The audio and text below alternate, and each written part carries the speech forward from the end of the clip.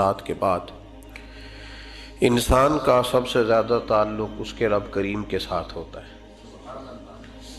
اللہ تبارک و تعالیٰ کی طرف سے اسے نعمتیں ملتی ہیں، رب کریم کی طرف سے اس پر عطائیں ہوتی ہیں۔ اللہ کی طرف سے وہ آیا ہے اور واپس اللہ ہی کی طرف لوٹ جائے گا۔ ابتدا بھی مالک کریم کی ذات ہے اور انتہا بھی اسی رب کریم کی ذات ہے۔ انسان دنیا میں جتنے بھی پیچ و تاب کرتا ہے، جتنی بھی دنیا داری کرتا ہے اور جتنے بھی معاملات میں وہ وقت گزارتا ہے، وہ سارے عارضی ہیں، وقتی ہیں، اور بہت ساری چیزیں تو صرف اور صرف دھوکہ ہیں اور دھوکے کے سوا کچھ بھی نہیں۔ اگر اس کا یہ ذہن بن جائے کہ میں نے اپنے تعلقات کو، اپنے معاملات کو اپنے رب کے ساتھ صحیح رکھنا ہے، تو جب اللہ کے ساتھ اس کے معاملات ٹھیک ہوتے ہیں تو بندوں کے ساتھ خود بخود ہی ٹھیک ہو جاتے ہیں۔ اگر خشیت الہی پیدا ہوتی ہے، خوف خدا اسے نصیب ہو جاتا ہے، اور اگر اللہ تبارک و تعالیٰ کا قرب اسے میسر آتا ہے، اس رستے کا یہ سفر شروع کر دیتا ہے، تو بندوں کے ساتھ تو معاملات ویسے ٹھیک ہو جاتے ہیں۔ اس لیے کہ جب اللہ سے ڈرے گا، نہ دھوکہ کرے گا، نہ فریب کرے گا، نہ جھوٹ بولے گا، نہ کسی شخص کے ساتھ بددیانتی کرے گا، جب اللہ کے ساتھ اس کا تعلق ٹھیک رہے گا، اور جب یہ اپنے آپ کو آزاد سمجھے گا نا کہ میں ہوں اور میں ہی ہوں اور میں نے ہی چلنا ہے، تو پھر یہ اپنی مرضی سے معاملات کو چلائے گا تو خرابی پیدا ہوگی۔ اللہ تبارک و تعالیٰ کے ساتھ انسان کا جو رشتہ ہے، اس میں انسان کی کچھ کمزوریاں آڑے آتی ہیں، گناہ ہو جاتے ہیں، غلطیاں ہو جاتی ہیں۔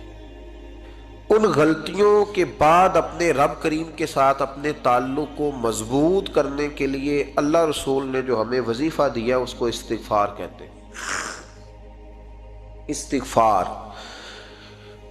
ویسے اس کا لغوی معنی تو ڈھانپنا ہوتا ہے، یہ غفر سے بنا ہے، لیکن اس کے اصطلاحی معنی یہ ہے کہ جو گناہ انسان سے ماضی میں ہو جائیں ان سے معافی چاہنے کا نام استغفار ہے۔ کچھ لوگ توبہ اور استغفار کا لفظ اکٹھا بولتے ہیں، لیکن توبہ کا معنی ہوتا ہے آئندہ گناہ نہ کرنے کا وعدہ کرنا، اور استغفار کا معنی ہوتا ہے پچھلے گناہوں سے اللہ کے حضور معافی مانگنا۔ اگرچہ مفہوم کے لحاظ سے یہ ہم معنی ہی بنتے ہیں، لیکن ان کا جو اصطلاحی مفہوم ہے وہ یہ ہے کہ جب آپ پچھلے گناہوں سے معافی مانگ رہے ہوتے ہیں تو اس کو استغفار کہتے ہیں۔ اللہ تعالیٰ نے اس استغفار کو بڑا پسند فرمایا، بڑا پسند فرمایا، اور یہ استغفار کے جملے مالی کو اتنے پسند آئے کہ اللہ نے نبی پاک علیہ السلام کو بھی حکم دیا، کہا محبوب آپ بھی میری بارگاہ میں استغفار کریں۔ اگرچہ حضور کا استغفار اس معنی میں نہیں ہے، بلکہ نبی پاک کا استغفار تو بلندی درجات کا معاملہ ہے۔ چونکہ استغفار خود ایک عبادت ہے، تو یہ عبادت کرنے کا اللہ نے اپنے محبوب کو بھی ارشاد فرمایا۔ جب فتح مکہ ہوئی تو فرمایا اذا جاء نصر اللہ والفتح، جب اللہ کی مدد آئی تو پھر فتح نصیب ہوئی، وَرَأَيْتَ النَّاسَ يَدْخُلُونَ فِي دِينِ اللَّهِ أَفْوَاجًا، تو پھر آپ دیکھیں گے لوگوں کو، لوگ فوجوں کی فوجیں دین میں داخل ہو رہے۔ لوگ پہلے ایک ایک دو دو کر کے آیا کرتے تھے، تو اب فوجوں کی فوجیں آ رہی ہیں، تو یا اللہ ہم کیا کریں؟ تو رب کریم نے فرمایا محبوب فَسَبِّحْ بِحَمْدِ رَبِّكَ وَاسْتَغْفِرْ، اپنے رب کے لیے حمد کرو، تسبیح پڑھو اور استغفار کرو۔ کیا کرو؟ استغفار، معافی مانگو، اس کے حضور آہذاری کرو، استغفار کرو۔ معنی یہ ہوا کہ جب تو غلطی ہو جائے پھر بھی استغفار کرو، جب اللہ زیادہ نعمتیں دے پھر بھی استغفار کرو۔ ہمارے ہاں یہ ہوتا ہے کہ جب تو کوئی نقصان ہوتا ہے تو وہ اللہ کی طرف سے ہوتا ہے، نقصان ہو جائے تو کہتے ہیں اللہ کی مرضی تھی، اور فائدہ ہو جائے تو کہتے ہیں میں نے محنت ہی بڑی کی تھی، میری جدوجہد بڑی تھی۔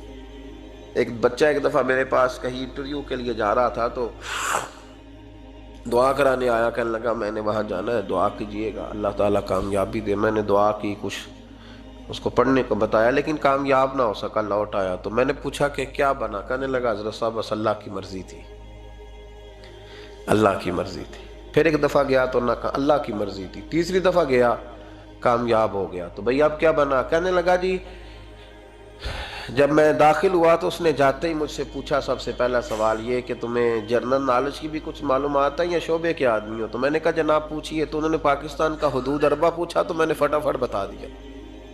پھر انہوں نے مجھ سے پوچھا کہ یہ جو مینار پاکستان ہے اس کی تجویز کس شخص نے دی تھی تو میں نے فٹافٹ اس کا بھی نام بتا دیا. پھر شارٹ ہینڈ کے ایک دو سوالات اس نے کیے تو وہ بھی میں نے بتا دیے, تو الحمدللہ کامیاب ہو گیا. میں نے کہا بیٹے جب تو ناکام ہوا تھا تو اللہ کی مرضی تھی, اور کامیاب ہوا ہے تو میں لگا دیے, اب اللہ کی مرضی کدھر گئی؟ یہ اتنا بڑا نقص ہے انسانی فطرت کا, اتنی بڑی کمزوری ہے کہ معاذ اللہ تعالی ہم کمزوریاں قدرت کے کھاتے میں ڈال دیتے ہیں, اور ناکامیاں قدرت کے کھاتے میں, اور کامیابیاں. کیا تماشا؟ حالانکہ ہونا یہ چاہیے تھا کہ جہاں انسان کمزور پڑے تو کہے میری غلطی تھی, میری غلطی تھی. صوفیاء یہ سبق دیتے ہیں, اللہ کے بندے یہ پیغام دیتے ہیں کہ جب تو کہیں ناکام ہو جائے تو سمجھ جائے یہ تیری, اور جب تو کامیاب ہو جائے تو سمجھ رہے اللہ راضی ہو گیا تھا, اللہ نے رحمت کر دی, اس نے فضل کیا. تو یاد رکھیں استغفار, کئی چیزوں پہ استغفار ہوتا ہے, کئی چیزوں پہ, اور استغفار کا نفع ملتا ہے. کیا نفع ملتا ہے؟ وہ سورہ نوح کی آیت نمبر 10, 11 اور 12 میں اللہ نے بیان فرمایا کہ استغفار صرف گناہ سے معافی چاہنے کا نام نہیں, بلکہ استغفار کا تمہیں فائدہ ملے گا. کیا؟ رب فرماتے ہیں فَقُلْتُ اسْتَغْفِرُوا رَبَّكُمْ. جب حضرت نوح کی قوم قحط کا شکار ہو گئی, آزمائشیں آ گئیں, تو آ کے حضرت نوح سے کہنے لگے اب ہم کیا کریں؟ تو کیا کہا حضرت نوح نے؟ فرمایا فَقُلْتُ اسْتَغْفِرُوا رَبَّكُمْ. آپ نے فرمایا اپنے رب سے استغفار کرو, اپنے رب سے. انہوں نے قحط کی بات کی, انہوں نے کہا کہ کھیتیاں اجڑ گئی ہیں, بارش نہیں ہو رہی, قحط کی بات کی. آپ نے کیا کہا؟ استغفار کرو. کیوں کہ انہو کان غفارا, بے شک اللہ بڑا ہی بخشنے والا. وہ کیا کرے گا؟ یرسل السماء علیکم مدرارا, وہ تم پر موسلا دار بارش برسائے گا. جب تم استغفار کرو گے تو اللہ موسلا دار بارش برسائے گا. وَيُمْدِدْكُمْ, اور وہ تمہاری مدد کرے گا. استغفار کرنے والے کی اللہ کیسے مدد کرے گا؟ بِأَمْوَالٍ وَبَنِينَ, تمہیں مال بھی عطا کرے گا اور بیٹے بھی عطا کرے گا. بارش بھی دے گا استغفار کرنے والے کو, اور مال اور اولاد سے اس کی مدد بھی کرے گا. وَيَجْعَلْ لَكُمْ جَنَّةٍ وَيَجْعَلْ لَكُمْ أَنْهَارًا, اللہ تمہیں جنت بھی عطا کرے گا اور تمہیں نہریں بھی عطا فرمائے گا. تمہارے لیے جنت بھی بنائے گا, انہار بھی بنائے گا. توبہ کا, استغفار کا تمہیں یہ فائدہ ملے گا. ایک استغفار, ہمارے بزرگوں نے وہ لکھا ہے کہ جب انسان کو اللہ نعمتیں دیتا ہے تو پھر رب کا حکم ہے کہ اس پر شکر بھی کرے.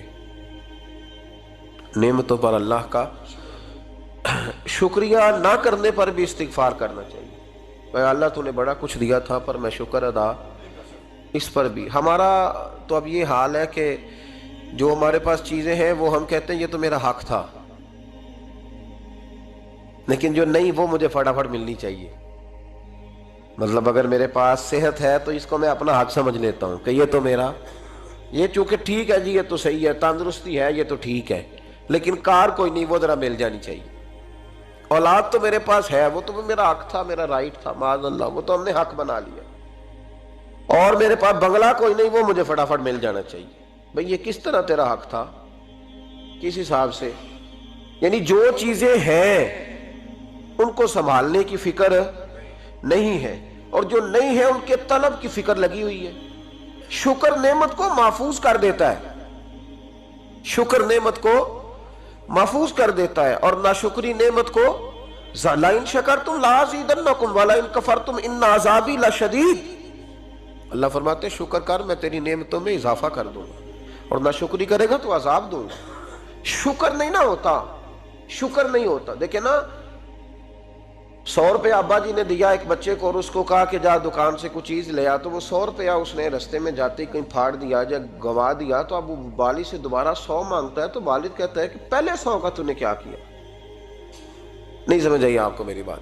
پہلے 100 کا کیا کیا؟ تو وہ کہے گا جی باپ میرا دل کرتا تھا میں نے پھاڑ دیا.